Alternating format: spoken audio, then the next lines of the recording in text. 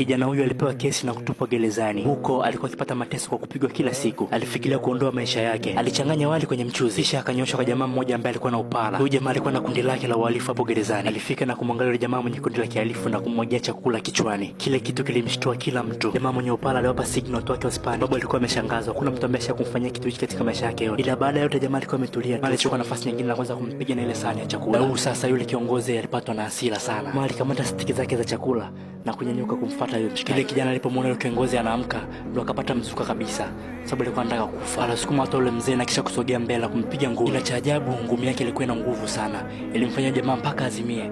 Watu walishangaa, hata yule kijana mwenyewe alikuwa anashangaa. Hajawahi kufikiria kwamba ngumi yake ingekuwa na nguvu hivyo. Kwa hivyo ule mpango wake kuuawa ulifeli. Alichukuliwa na askari jela kwa kufanya vurugu. Ilipokuwa amechukuliwa, alimuona mfungwa mmoja ambaye alikuwa na alama nyekundu. Hii ilikuwa inamaanisha kwamba huyu jamaa alikuwa ni muuaji wa kutisha. Hivyo alikuwa ameletwa mtu hatari sana hapo jela, mpaka maaskari wenyewe walikuwa wanamuogopa huyu jamaa. Kijana ndo aliona hii ndo chance yake ya pili, hivyo alimfuata yule jamaa. Alianza kumchokoza yule jamaa na kumtukania familia yake, huku akiwa na msukuma yule mshikaji. Jamaa naye akaingia kwenye mkenge. Kweli akawa amekasirika, akatoa kisu. Alikuwa ametoa wapi? Kijana akawa ameona kama matumaini. Alichukua ule mkono muuaji wenye kisu na kuweka kwenye shingo yake na kumwambia kwamba amuue, bila kutegemea huyu muuaji hatari ambaye watu wote wanamuogopa. Eti alipata uoga na hakuweza kumchoma kabisa.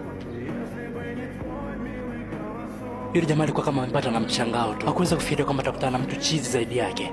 Kwa hiyo alikuwa kama ameshangazwa hivi. Ajabu, alishuka chini na kuanza kulia yule jamaa. Kwa hivyo hatua ya pili ya jamaa kujiua ilifeli tena. Punde kijana alianza kupata jina pale gerezani. Watu walianza kumuogopa. Watu hawakuweza kumwangalia machoni kabisa. Hata mgawaji wa chakula hakuweza kumwangalia machoni. Jamaa alimjezia mpaka chakula, akiogopa vurugu linaweza likampata yeye. Ila hivi vyote sivyo alivyokuwa anataka yule kijana. Basi jamaa mmoja alikuwa anapiga umbea. Kuna mtu mmoja alikuwa akitoroka gerezani jana usiku, na kilichomkuta alipigwa risasi na maaskari mpaka kufa. Jamaa alivyosikia hivi, hii ilikuwa ni kama mbinu yake mpya. Ilivyofika jioni, kijana alivunja na kutaka kutoroka.